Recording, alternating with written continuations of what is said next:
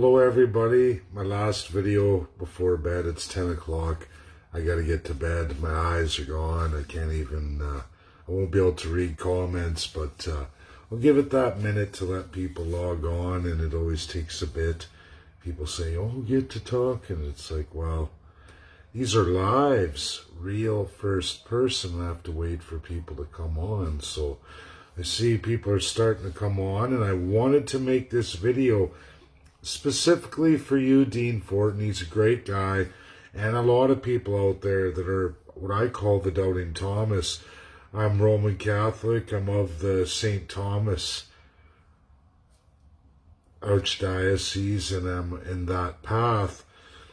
This is the Gospel according to John. For anyone who's never read it, there was one of the 12 who doubted, and I guess I'm a doubter too. I always have to cross my T's, dot my I's. I always need absolute truth. I need facts, and I present that. That's all I've done. Why I get into that and the story of Doubting Thomas, everyone has heard that. Oh, that guy's a Doubting Thomas. It's always somebody who never believes until it's absolutely real right now in their face. And it's not to knock Dean, I get it. I want to highlight this for all Canadians and Indigenous citizens in Canada, First Peoples, First Nations, Métis, Inuit, settled, unsettled, unceded, ceded, treaty, non-treaty status, outstanding, or even off reserve, thrown off the reserve. I want to get this to all of you, We're going to go back in time to 1961. Canada gives Indigenous women, because they fought so hard, they give you your rights to vote without having to marry a white man, without having to give up your First Nation status. You finally get it, 1961. Women fought hard for that, yay, right? But wait a minute, wait just a minute. Why did Canada, who fought, all of a sudden in 1961, the King's Court, Supreme Court of Canada, by our government, all of a sudden do a flip-flop and give you all human rights to voting? Why would they do that? Well, I'm going to take you back in time to 1960, just a few months before. Canada was forced by none other than the P5 once more. For all of you Doubting Thomases out there, I have gone through every binding world law, meaning P5 had to vote for it, absolutely, with not one voting no. Okay, they can abstain. In 1960, some did abstain from 1514. What is 1514, Canada? The end. The decolonization of the entire world by law. By law. International binding law. Now, UK, France, USA could go back on that at any time. They could unbind it, but they won't. They won't. UK is not that animal anymore. Neither's France. And the reality is, USA's never been a colonizing country. Very limited dip their toes in it. Very limited. Very, very limited. And then they quickly got out of it long before 1960. The reality is, Canadians, First Nations, women, Indigenous, and all of those who I've listed, you only want it because Canada was armbarred by international law a few months before. Now, for everybody, what I'm doing on Monday with the UNSC P5, I've already won. China, likely Russia, likely USA, likely UK, and I'm sure France will come on board. They've been very quiet when it comes to children's genocide. They have historically always been 100% on the money. Historically, I have every single UN resolution that's ever been put in. I know what's non-binding and binding. This is the massive undertaking of work I've done. I have mastered international law. This is 100%. Dean, everybody, the reality is it only takes one. And we have China already published. They've already done it. Syria, which is not a P5, but Syria backed by Russia. Russia will, just as Russia did decolonization in 1960. It was Russia. Russia alone freed the indigenous women of Canada, freed you, and bound Canada to international law forever, unless one of the other five goes back on it. But they will not. USA has already made the 19th Amendment, ladies and gentlemen, and they will never allow their Constitution to be breached. That's a fact. This is reality, everybody. June 28th is the day that Canada does not get away from this. Historically, every time an international binding law has been made, literally within months, your perverted, autocratic Canadian government, total crown colonial, quivers, shits in their pants, and quickly and unanimously transfers to the Supreme Court of Canada and all superior courts. This is the new law. Just do it. Hopefully the five allies never know that we stole the crown and we are full autocrat colonials. June 28th, here Monday, ladies and gentlemen, the P5 are going to vote on Canada, at least look at it, and one's going to present. When the resolution gets done, and it may take some time after that, the reality is it's going to be brought up. It's going to be brought to their attention. Whether it's one or all five doesn't matter. It's the veto that matters. And there is not one of the five who will veto. Not one of them. Canada is absolutely and unanimously fucked.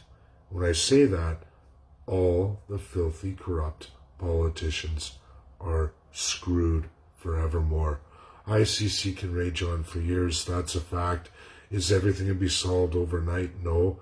But Canada's politicians, once they see that and it's presented, and should the resolution go, which it will in time, they're screwed. And Canada will move very, very quickly. They already are. They're already trying. They're damnedest, shitting their pants. Every single party, all opposition, every party registered in Canada is going, the jig's up. We got to try and convince the masses. We got to silence people. They can't silence me. People are saying, oh, they're going to kill you. I don't think so. The power to kill is in the hands of the five. Canada is basically a coward. Our politicians are all cowards, just like the Nazis were. Cowards, cowards, cowards. There is no politician alive today in Canada that would ever risk losing their life for everything they've stolen from all of you, including the First Nations peoples. They're not going to risk losing their power and all that money. They're hoping somehow they can at least navigate and somehow keep their heads down and keep on being colonial, even though absolutely in 1960 it is clearly against international law, and there's justice for that. And it's kind of funny, I bring up enfranchisement that was done to the first peoples of Canada, the women. That's going to be brought up again too inside the letter. Small, but it's really a focus of children's genocide that's absolutely going to destroy the Canadian colonial system forever. The autocracy will have to change. Now, politicians, you're all right, a lot of you skeptics. The politicians may reign on with the media and all their bullshit for a couple of years. It could be a couple of years. That's, I would say, worst case scenario, a couple of years. But as the world opens up, and starting with the P5, again, it only takes 1 and 4 not voting no. And if that happens, which I'm clearly sure it's going to be brought, I'm very certain it's going to be brought up on the 28th. It's already been brought up by China, and that's all you need. Russia did it once, USA's done theirs, France has done theirs, UK's done theirs. I can go through so many. If the other four don't say no and they turn it over to the world and the world gets to decide, either way it doesn't matter. The reality is, one way or another, it's coming to an end for Canada and colonialism. It was abolished in 45, read your UN Charter, backed up in 1952 by absolutely none other than King George. It started in 41 with Prime Minister of the UK, Sir Winston Churchill, and King George VI, but finalized for Canada in 1952. Finalized. You greasy politicians stole it. They stole the embedded power of Governor General and Lieutenant Governor and never dismembered the Canadian Constitution and redesigned it from 1867. They said, we will take all that power from all the Canadians and all the Indigenous. We will keep it for us, the first class. We will rape, pillage, and plunder. We will steal forevermore. In that system defined by first, second, third class. And so you all know, in that 1867, I'm a Boilermaker is the union I belong to. Did you know clearly and consistently it is the Boilermaker, which is the forger, this is your welder by your trade, are absolutely listed and interpreted as the third class, meaning you go down with the ship. You run everything and all its filth. You do all the work. You get very little pay, very little prestige at all. You are peasants. And when the ship goes down, the Boilermaker goes down with it. They lock all the trapdoors and the ship sinks with you in it. You don't get to flood the water up. It gives more time for the first class to take their sweet ass time in getting to the only limited number of lifeboats. And very few of those second class can buy their way onto a lifeboat. This is factual, real, and truthful. So First Nations know you're under the third class. You're under the third class. You're to be genocided from that system. That is absolutely the 1867 Constitution of Canada. You're not even listed. You're not even human beings according to the Canadian Constitution. But neither are the boat people, the Canadian citizens. The third class, absolutely. You don't even exist. Very limited talk, inherited system, and that is for the welder, the Boilermaker, the forger, the smith. You go down with the ship, not the captain. That's all bullshit. The reality is the truth, clearly defined third class. Now, as the years gone by, all of us have gravitated to different trades, fields, new technologies. Regardless, you are the third class.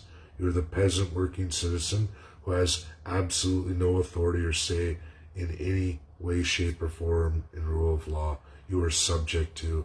That was ruled illegal in 1945, negotiated harshly by the former Soviet Union and the United States of America, where the old United Kingdom and the old animal known as France, UK, were under siege by absolute colonial powers of the world when the League of Nations reigned free, where all white people who were colonial countries, only colonial countries, were the power and the say.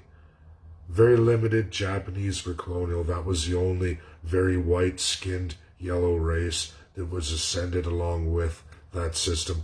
Anyone of any other color or limited status of third class around the world had absolutely no rights at all. Women, very limited, unless you were a white woman of that colonial system. Anyone outside of that did not exist. There was no world system for you. You were shit. You were not a human being listed in any kind of world constitution whatsoever.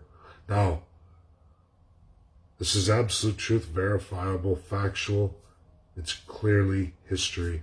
It was a negotiation turned over by UK and France. They had to give it all up or they wouldn't be UNSC today. They had to give it all up. Canada has carried on. Some other countries have too, but it's not my place. The law of sovereignty does not give me any powers to go ahead and start talking about other states. And I give it to people in comments about, please do not put UNSC P5 members, regardless of perceived crimes or things they do in the world.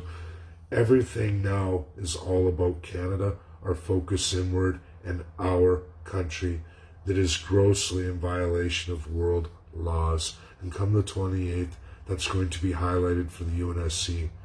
And make no mistake, one or maybe all five are going to bring it up. But that's all that matters.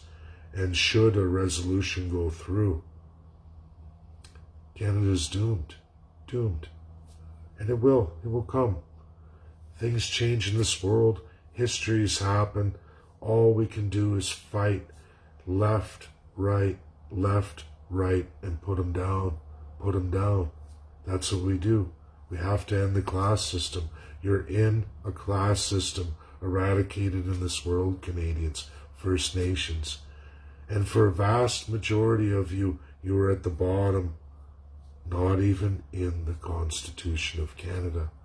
You don't exist because you live inside a system outlawed, again, started in 1941.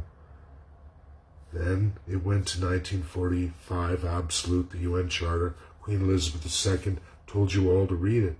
Every single one of you. She's told you twice. Twice in history, once in black and white in 56, again in 2012. She told all of you. It was ended officially in 1952 for Canada. Absolutely ended officially. But your government stole it. And then in 1960 it was ruled completely illegal.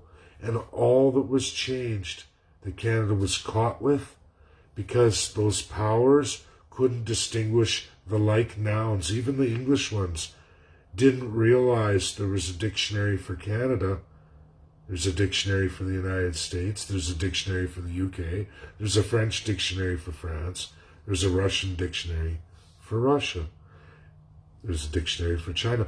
And in all those, they never figured out, especially the non-colonials, USA, why would they suspect they're not a colonial country? They didn't understand.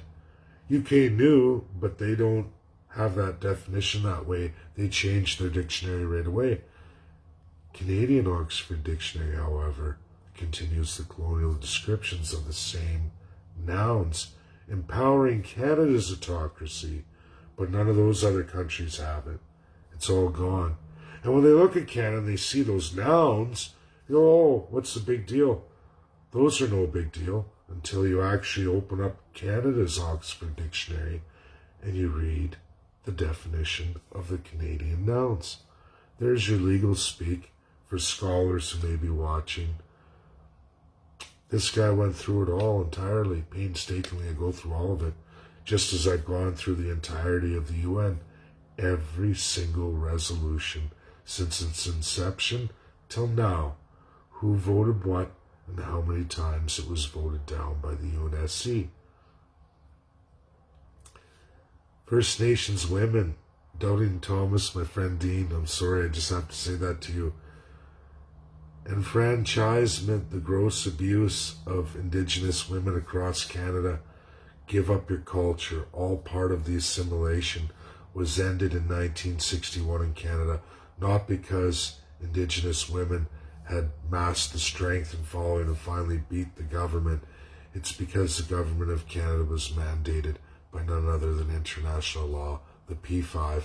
And who saved those women? Russia. And the rest of the P5 backed them up and said, it's okay. We're not going to vote no. We're going to let it go through. We're going to let the General Assembly decide. And the world decided. That's the only time the world gets to bind international law, is when the UNSC P5 allow them to. That's a history lesson for you. So if you all think that on June 28th, when that letter goes in with all your signatures and Indigenous, the sons and daughters of Canada, a couple law firms, this is how we get a resolution. And this is what will happen. This will happen again. It will happen. If it's not, then you know what? It's okay. Within the next few years, absolutely it will be done. It'll be done. And yes, Canada will rage on, and all of you who follow me, and the following will grow all the way up to the election. But I promise you, by 2023, regardless of how I go, this will be coming to light. And you know what? You'll all have been on the ground, up and running, go, my God, we changed the world, we changed Canada, and there isn't a wealthy one among us. Well, there's quite a few actual wealthy people following me or friending me on Facebook, but we're not going to highlight them because they're second-class citizens too. They may have the money to buy their way off the boat onto one of the first-class citizens' lifeboats, but it all depends. A lot of you, they wouldn't give you a seat because you're not that kind of person. You don't have, even with all your vast wealth, you don't have enough money. Look at the history of all this, everybody. Look what 1867 represents, the embedded Constitution. You'll find the history and where it comes from, and that colonial system. You'll learn everything I've told you is 100% truth. You've never heard it before, but I could pick all kinds of things that Canadians and Indigenous people have thought they've won, and it wasn't by your Canadian government. No, siree, Bob. They would never let you have nothing. Most of your rights and freedoms, even though they have this charter, the only ones they give you are when the world says you must give them those rights and freedoms.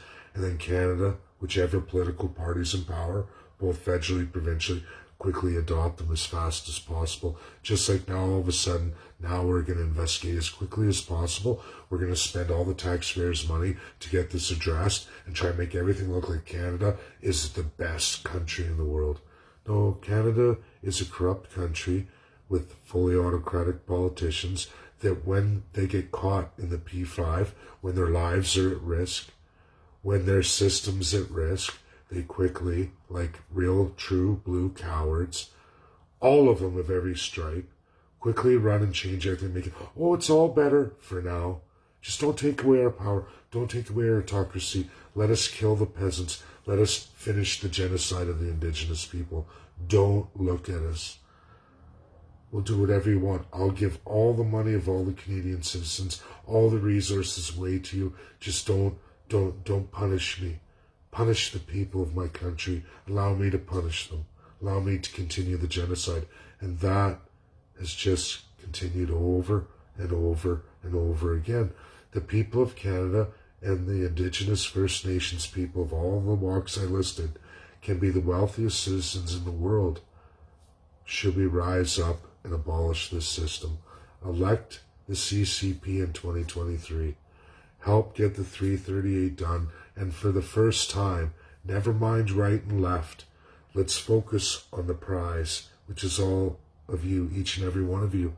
And you will all be 10 times more wealthy than you are now. Maybe not everybody. There's a first-class citizenry that's going down. And some of those paid second-class citizens who paid into the boats, the lifeboats, they're going down too. Nothing lasts forever, but I believe there's enough second class to bolster absolutely all of the third class to get this job done. I have faith in each and every one of you. It's great to look at things and be real critical. I love that. I do that myself. That's how I've gotten this far, to be absolutely critical, to be the biggest doubting Thomas. But on this, all of you skeptics, I am not wrong. This is going forward on the 28th, and you will all see.